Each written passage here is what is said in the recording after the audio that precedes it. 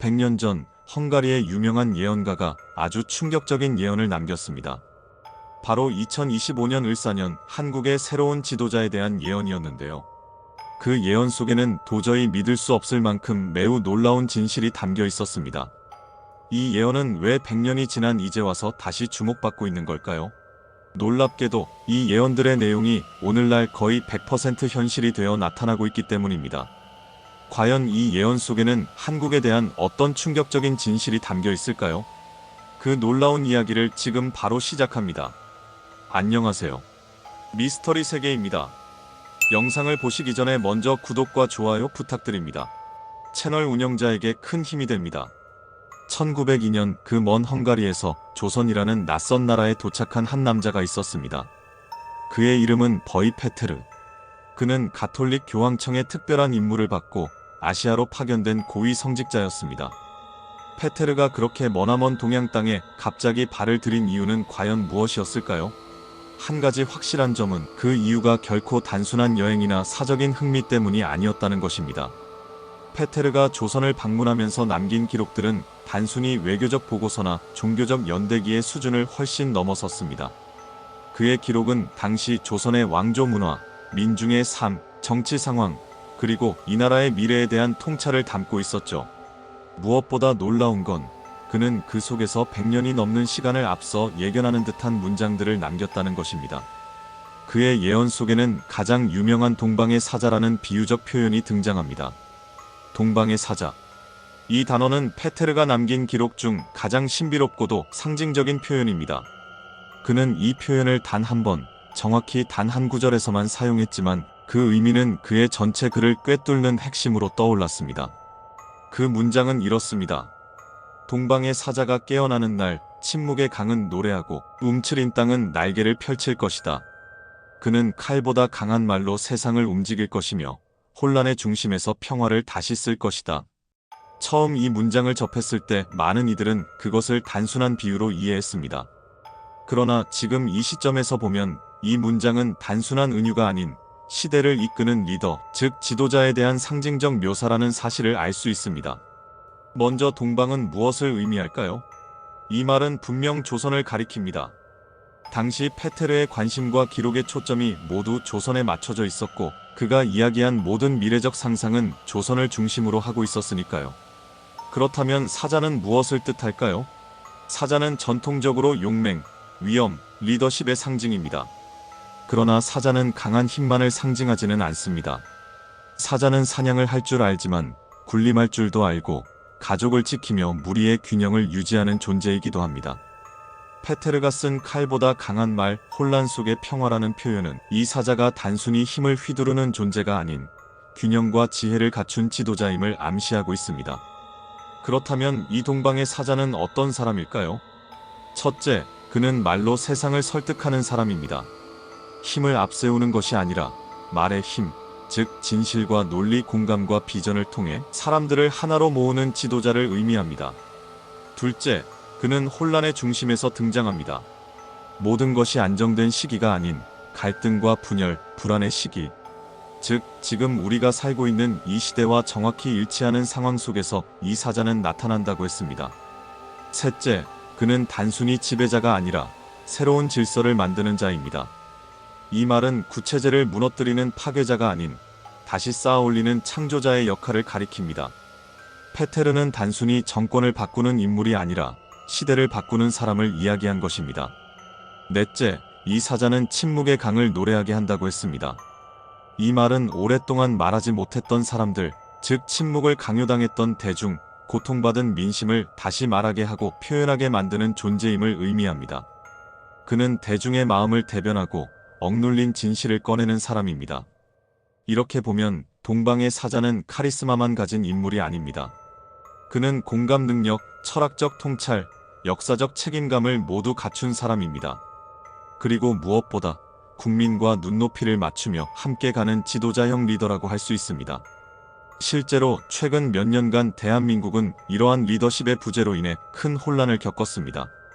힘은 있지만 비전이 없거나 공감은 있지만 추진력이 부족하거나 늘 한쪽이 결여된 리더들이 나라를 이끌었고 그 결과 국민들은 점점 피로해졌습니다.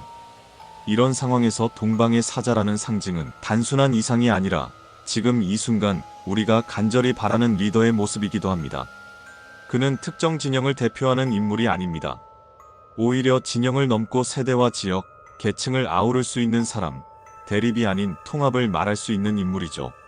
페테르는 단 한 번도 그 사자의 이름을 남기지 않았습니다.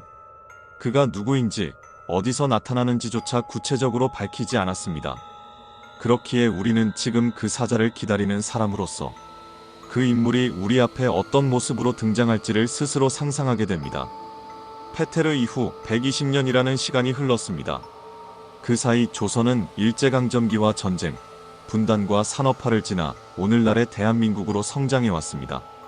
그리고 이제 또 한 번의 역사적 전환점 앞에 서 있습니다. 2025년 한국의 새로운 지도자를 맞이할 시간이 다가오고 있습니다. 이 시점에서 페테르의 기록이 다시금 주목받는 것이 과연 우연일까요?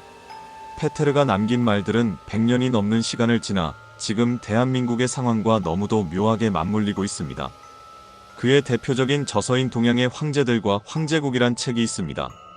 1906년 헝가리어로 출판되었고 당시 유럽 내에서도 꽤 큰 반향을 일으킨 책입니다. 놀라운 것은 바로 이 책 안에 담긴 조선에 대한 평가와 함께 실린 예언적인 문장들입니다. 모든 문명이 교차하는 땅에 진실한 인격과 냉철한 이성을 가진 자가 나타나 혼란 속 질서를 세울 것이다. 이 말은 단순한 추측이라 보기엔 너무도 구체적입니다. 지금 대한민국은 경제적, 정치적으로 새로운 리더십을 요구받고 있는 상황이죠. 그리고 그 요구는 단지 권력자가 아닌 인격과 이성의 지도자를 바라는 국민적 갈망과 정확히 일치합니다. 그는 강자의 칼이 아닌 약자의 눈물로 세상을 움직일 것이다. 그는 동아시아 전체를 조망하며 그 중심에 조선이 위치할 것이라고 말했습니다.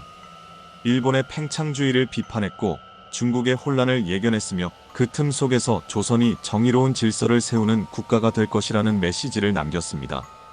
한 가지 분명한 것은 페테르의 예언이 결코 가볍게 지나칠 수 있는 문장이 아니라는 것입니다. 그는 조선이라는 나라에서 분명히 무언가를 보고 있었습니다. 그는 단지 조선을 동정하거나 감탄한 것이 아니라 그 속에 있는 에너지를 본 것입니다. 그 에너지는 지금 2025년의 대한민국에서 다시 태동하고 있습니다. 정치적 갈등, 세대 간의 충돌, 경제 불안정이라는 현실 앞에서도 국민들은 여전히 희망을 말하고 더 나은 내일을 선택하려 하고 있습니다. 페테르가 본 가능성은 사라지지 않았습니다. 오히려 그가 본 깨어날 시간이 지금 우리 앞에 다가오고 있는지도 모릅니다. 2025년 대한민국은 중요한 전환점을 앞두고 있습니다. 그것은 단지 대통령이 바뀌는 선거 이상의 의미를 갖습니다. 지금 이 땅에 살아가는 사람들은 점점 더 명확하게 느끼고 있습니다. 우리는 단순한 정권 교체가 아니라 시대의 리셋을 요구하고 있다는 사실을 말입니다. 국민들은 말합니다. 우리는 이겨낼 수 있다. 단 올바른 사람이 나타난다면 2025년은 단순히 새로운 정부를 뽑는 해가 아니라 대한민국이 어떤 방향으로 나아갈 것인가를 결정하는 거대한 물줄기의 갈림길이 될 것입니다. 그리고 그 중심에는 지도자라는 존재가 놓이게 되죠. 이 지도자는 단순히 공약을 잘 만드는 기술자가 아니라 국민의 마음을 어루만지고 공동체의 길을 다시 세울 수 있는 사람이어야 합니다. 지금 국민들이 원하는 건 승리자가 아니라 치유자입니다. 그리고 그 치유자는 자신이 옳다는 주장보다 타인의 목소리를 듣고 품을 줄 아는 사람이어야 합니다. 그런 점에서 페테르가 말한 동방의 사자는 지금 이 시점에 꼭 필요한 리더십의 모습과 너무도 닮아 있습니다. 페테르의 예언은 단지 미래를 예측한 것이 아니라 위기의 시대에 어떤 인물이 필요한가를 정확히 짚어냈습니다. 그는 리더가 가져야 할 조건으로 4가지를 말했습니다. 첫째, 통찰력. 둘째, 도덕성. 셋째, 공감력. 넷째, 조율 능력. 이 4가지는 현재 대한민국이 절실하게 원하는 리더의 조건과 완전히 일치합니다. 페테르가 이야기한 지도자의 조건에 대해서 좀 더 자세히 살펴보겠습니다. 첫 번째, 혼란의 중심에서 질서를 세우는 자. 2025년 현재 한국 사회는 말 그대로 혼란의 한가운데에 서 있습니다. 진보와 보수, 청년과 중장년, 수도권과 지방, 빈부격차 등 각종 갈등이 한꺼번에 분출되고 있습니다. 정치권은 연일 서로를 향해 비난을 쏟아내고 국민들은 점점 정치에 대한 환멸을 느끼고 있죠.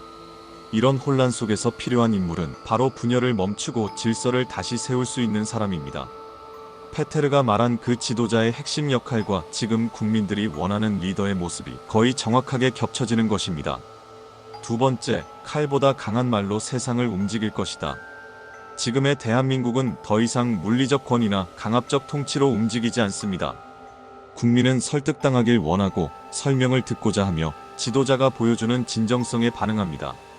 최근 한국 정치에서 국민적 신뢰를 얻은 인물들의 공통점은 단순한 능력보다 말의 힘, 즉 메시지와 공감이었습니다. 페테르는 이미 1900년대 초 앞으로의 지도자는 강압이 아닌 말로 시대를 바꿀 것이라 예언했던 것이죠. 세 번째, 침묵의 강은 노래하고 움츠린 땅은 날개를 펼친다. 이 표현은 많은 해석을 낳았지만 지금 대한민국의 분위기와 절묘하게 맞아떨어지는 부분이 있습니다. 긴 침묵을 유지해온 국민들, 특히 정치에 등을 돌렸던 청년층, 소외된 지역, 침묵을 강요당했던 계층들이 이제 다시 목소리를 내기 시작하고 있다는 점입니다. 그리고 그 움직임은 기존의 정치 문법을 깨뜨리는 새로운 흐름으로 확장되고 있죠. 페테르는 이 침묵의 강이 노래한다고 했습니다. 이 말은 억눌린 민심이 깨어나는 시대, 그리고 그 민심을 이끄는 지도자가 출현하는 순간을 상징하는 것입니다. 네 번째, 그는 오래된 이름이 아니라 새로운 언어로 기억될 것이다. 이 문장은 굉장히 상징적입니다. 그가 말한 사자는 기존 기득권층의 연장선이 아닌 전혀 다른 언어와 방식으로 대중에게 다가가는 인물이라는 뜻입니다. 실제로 지금의 유권자들은 낡은 정치 언어에 지쳤습니다. 과거에 통했던 수사나 공약보다 더 일상적인 언어로 소통하고 진심을 전달하는 인물에게 더 큰 신뢰를 보내고 있죠. 그 새로운 언어는 단지 말투가 아니라 진심과 현실 감각, 그리고 공감의 방식입니다. 다섯 번째, 그는 홀로 빛나지 않고 수많은 별들과 함께 길을 밝힐 것이다. 이 말은 독재적 리더가 아니라 시민들과 함께, 전문가들과 함께 집단지성과 협력의 방식으로 국가를 이끄는 지도자를 의미합니다. 지금 시대는 1인의 천재보다 공동체와 함께 가는 리더를 원합니다. 그리고 실제로 지금 정치판에서도 그런 흐름은 점점 뚜렷해지고 있습니다. 협치, 연합, 참여, 시민 중심, 이 모든 흐름이 페테르의 예언과 맞닿아 있는 셈입니다.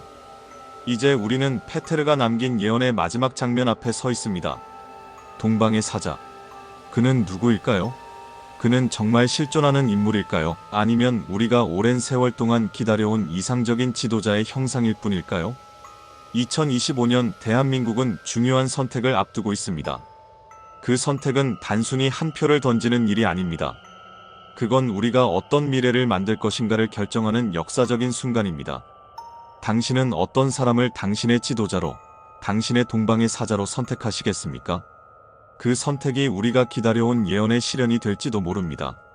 그리고 그 순간 120년 전 헝가리에서 이 땅을 바라보며 기적 같은 통찰을 남긴 한 남자의 예언은 마침내 현실이 될 것입니다. 지금 그 사자의 발소리가 들려오고 있습니다. 오늘은 헝가리의 버이 페테르가 한국의 지도자에 대해 남긴 예언을 살펴보았습니다. 어떠신가요? 공감하시나요? 의견이 있으시다면 편하게 댓글로 남겨주세요. 그럼 다음에 더 재미있는 영상으로 찾아오겠습니다. 영상 끝까지 시청해주셔서 감사합니다. 지금까지 미스터리 세계였습니다. 오늘도 좋은 하루 보내세요.